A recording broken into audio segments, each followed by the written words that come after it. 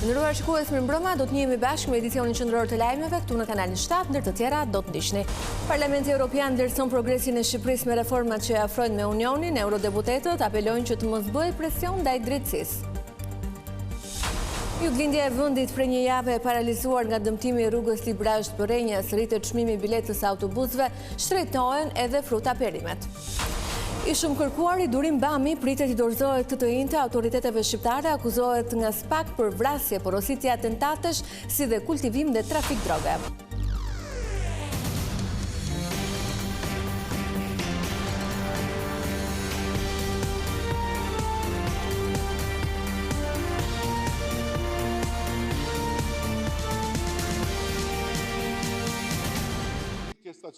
Parlamenti Evropian ka vlerësuar me nota pozitive ecurinë e reformave që lidhen me integrimin, por eurodeputetët e kanë theksuar se korrupsioni mbetet shqetësim për Shqipërinë, ndërsa kanë apeluar që të ndalet presioni ndaj drejtësisë.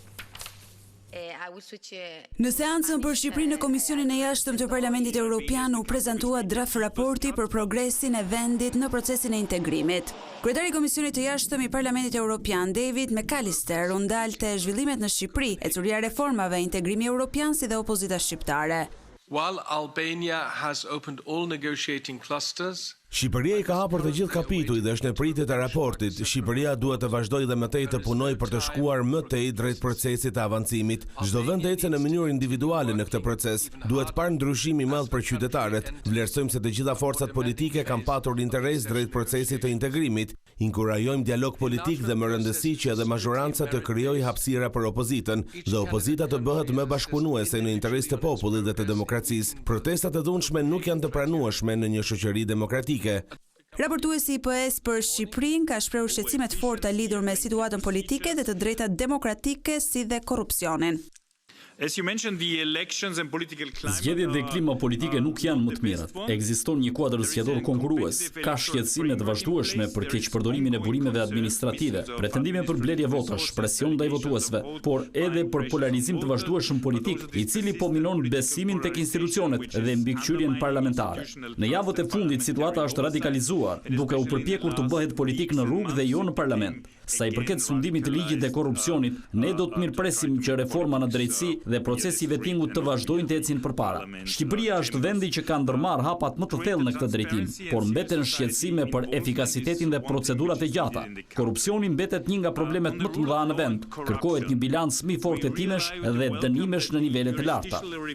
Eurodeputeti Andriy Kovanchev u ndal edhe te çështja ndaj zëvendës kryeministres Belinda Balluku. Hetimet përfshirë ato që përfshin zyrtar të lartë si zëvendës kryeministri duhet të ecin përpara pasi ndërhyrje. Sundimi i ligjit nuk mund të jetë selektiv. Prandaj kërkesa për heqjen e imunitetit parlamentar pavonesë është përgjegjësia e parlamentit. Jam i shqetësuar për ndryshimet e propozuara në procedurën penale për të mbrojtur ministrat dhe zyrtarët e lartë nga pezullimi, ndërkohë që janë nën hetim penal. Legjislacioni duhet të jetë në përputhje me standardet ndërkombëtare demokratike. Por eurodeputeti Thomas Weiss tha se pavarësia e gjyqësorit në Shqipëri është një aspekt ku janë parë rezultate konkrete. Fakti që SPAK-u, si njësia kundër korrupsionit, është në gjendje të arrestojë një politikan të nivelit të lartë, ish përfaqësues të lartë, tregon se ka hapësirë veprimi. Ky është një sinjal shumë i mirë në praktikë përtej legjislacionit dhe pikërisht është e vërtetë ajo që thanë edhe folësit e tjerë. Ligji duhet të zbatohet njësoj për çdo qytetar. Raporti i Komisionit Evropian thekson se për Shqipërinë sfidat kryesore mbeten implementimi i reformave ligjore, lufta kundër korrupsionit dhe përmirësimi i klimës politike.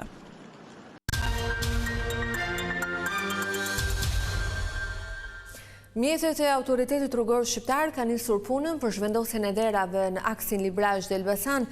Zgjidhja emergjente është ndërtimi një rrugë alternative në krah të Hekurodhës. Prej gati një javë, juglindja e vendit vijon të mbetet e paralizuar si pasojë e shembjes së aksit Kyç-Librazh-Elbasan, që e lidh atë me pjesën tjetër të vendit. Autoriteti rrugor shqiptar ka nisur punën në disa fronte, me synim zgjedhjen sa më të shpejtë të situatës së krijuar. Aktualisht po punohet për heqjen e masave të dherave në të dy anët e rrugës ekzistuese, me qëllim hapjen e terrenit ku do të vendosen sondat për realizimin e studimit të detajuar gjeologjik dhe për vlerësimin teknik të zonës pas rrëshqitjes.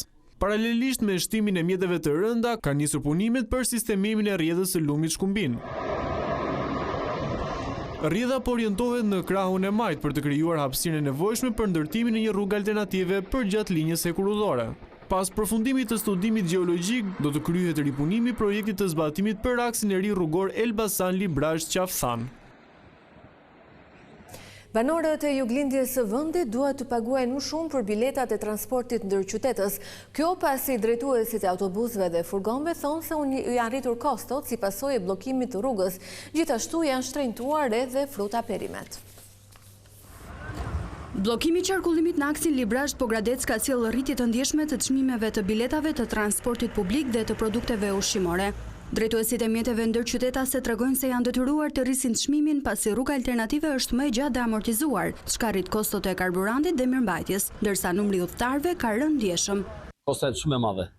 Çmimi i biletës që është 3.000 lekë nuk është standardi që kërkohet sot. Pse? Sot që nga Korça për në Gramsë është bileta 7.000 lekë, edhe 5.000 lekë është në Gramsë, për në Tiranë 12.000 lekë. E kemi vend koston 10.000 lekë. Rruga është në mënyrë skandaloze. Sot unë të shkoj në orën 10, në orën 9, mund të shkoj me 2 veta, me 3 veta. Orari i dieshëm që ishte dje në orën 5 me 6, është nisur autobusi, dhe fjalë me një person. Me një person. Ka ardhur në Korçë me një person. Rritje çmimesh ka pasur edhe në tregun e fruta perimeve për shkak të kostës më të lartë të transportit që po përballojnë furnitorët. Shumë dop. Neve këtu ambienti është shumë i bukur. Po shitja. Më parë, një bilet udhtimi nga Korça drejt Tiranës kushtonte 700 lekë, ndërsa sot 1000 lekë. Ndërkohë, produktet ushqimore kanë pësuar rritje deri në 20%, duke rënduar më tej buxhetin e qytetarëve.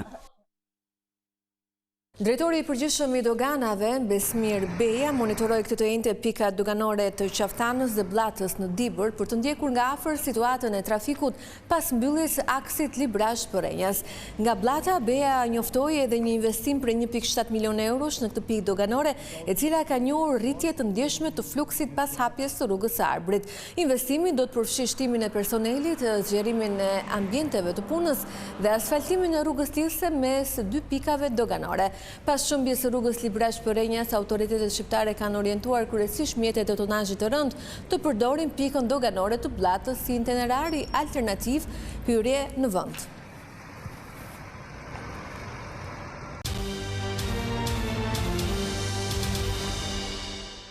I konsideruar si një ndër personazhet më të fuqishëm të botës së krimit dhe i akuzuar për krime të ndryshme, pritet të mbërrijë këtë të njëjtën në Rinas. Durim Bami do të ekstradohet nga Dubai për të dorëzuar drejtësisë shqiptare. SPAK e akuzon atë për porositje atentatesh ndaj krerëve të grupeve kriminale dhe për trafik droge. Një nga personat më të kërkuar nga drejtësia shqiptare, Durim Bami, është ekstraduar këtë të njëjtën nga Emiratet e Bashkuara. Autoritetet në Dubai kanë dhënë fund shpresës për liri, një prej personazheve më të fuqishëm të botës së krimit, që dominonte bandat kriminale në nikël dhe fushkruj. Nën masa të forta siguria, i u shoqërua nga forcat policore në Rinas dhe më pas u përcoll në një qeli, ku pritet gjithashtu që t'i komunikohen akuzat e ngritura më herët nga prokuroria e posaçme. Durim Bami ishte arrestuar më herët nga autoritetet në Dubai, ku Interpol Tirana kishte nisur procedurat dhe kishte përcjell dosjen e SPAK në lidhje me krimet për të cilat akuzohet ai, në mënyrë që gjykata në Emiratet e Bashkuara të jepte dritën jeshile për ekstradimin e tij në vendin ton. Ishte prokuroria e posaçme që shpalli në kërkim Durim Bamin në kuadër të dosjes Revanshi, i akuzuar për kultivim të parcelave të drogës në zonën e Fushkrujës.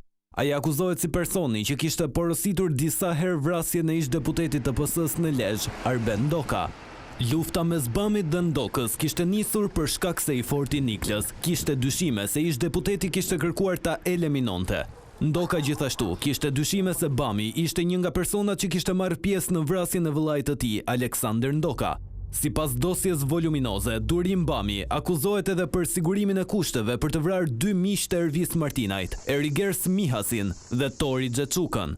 Sa i takon aktivitetit kriminal të Bamit, SPAK argumenton në dosje se ai përveç atentateve dhe vrasjeve ku faktohet si i përfshirë, kishte rol të madh edhe në kontrollin e parcelave të drogës të kultivuara nga Bregdeti Adriatikut deri në malësinë e Krujës, ku madje në disa raste kishte siguruar edhe mbështetjen e policisë.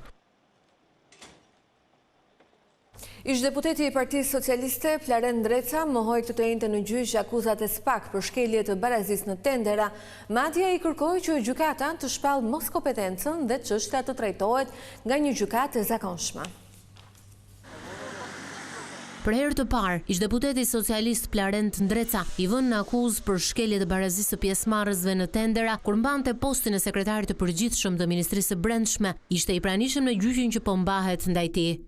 Në niset seancës, gjykata i rrëzoi mbrojtjes një kërkesë për përjashtimin e Flojera Davidit, njëra nga anëtarët e trupës gjykuese, me argumentin se është e pabazuar në ligj. I pandehuri Ndreca dhe avokati Ermal Uzeiraj i kërkuan tokave të zeza që të shpallë mos kompetencën në mënyrë që të gjykohet nga një gjykatë e zakonshme. Prokuroria, thot mbrojtësi, argumenton se i njëjti qëllim kriminal përbashkon të dyja procedurat, por ky është vetëm një deduksion logjik i pabazuar në fakte. Përderisa procedura e parë të nderuese është në vlerën 0, ndërsa e dyta që ka vlerë nuk ka konkurrencë, nuk ka se si tjetë shkelur barazia, thot Uzeiraj. Ndreca nga ana e tij u vetë mbrojt duke thënë se si sekretari i përgjithshëm është kujdesur që të gjejë ekspertët më të mirë në treg që të kryejnë supervizimin dhe rindërtimin e 4 komisariateve në vend. Sipas tij, me ndryshimet ligjore të 2021-shit, çdo procedurë që ka vlerën 0 është dekriminalizuar. Prokuroria e SPAK Dorina Beko thot se SPAK ka zbuluar se qëllimi final ka qenë paracaktimi i fituesit të tenderit e në cilësinë e sekretarit të përgjithshëm të Ministrisë së Brendshme, ai shkeli ligjin në fuqi. Ish-ligjvënësi socialist akuzohet për periudhën 2019-2020, kur si numri 2 i Ministrisë së Brendshme dyshohet se ka përfituar nga tenderi i rikonstruksionit të 4 komisariateve në vend. Ai u kallëzua nga kontrolli i lartë i shtetit, që pas auditimit të bërë, konstatoi fryrje të kostos reale të prokurimit publik që përfshinte Komisariatin e Mirditës, Komisariatin numër 4 të kryeqytetit, atë të Vlorës e Pogradecit. Policia e Tiranës ka arrestuar një 26 vjeçare e dyshuar për disa vjedhje të kryera në disa biznese. Të paktën 2 vjedhje, Rozita Sopoti i ka bërë në muajin shkurt dhe një në janar të këtij viti. Sopoti rezulton e dënuar më parë për vjedhje dhe aktualisht është me mas siguria arrest në shtëpi për të njëjtin krim. Konkretisht, ajo ka vjedhur me dhunë 2 dyqane dhe shuma parash në një banesë. Ndërkohë, po hetohen edhe raste të tjera vjedhjesh ku dyshohet se autori është pikërisht 26 vjeçare. Këtu kemi përfunduar, unë falenderoj për vëmendjen, bashkë natën e mirë.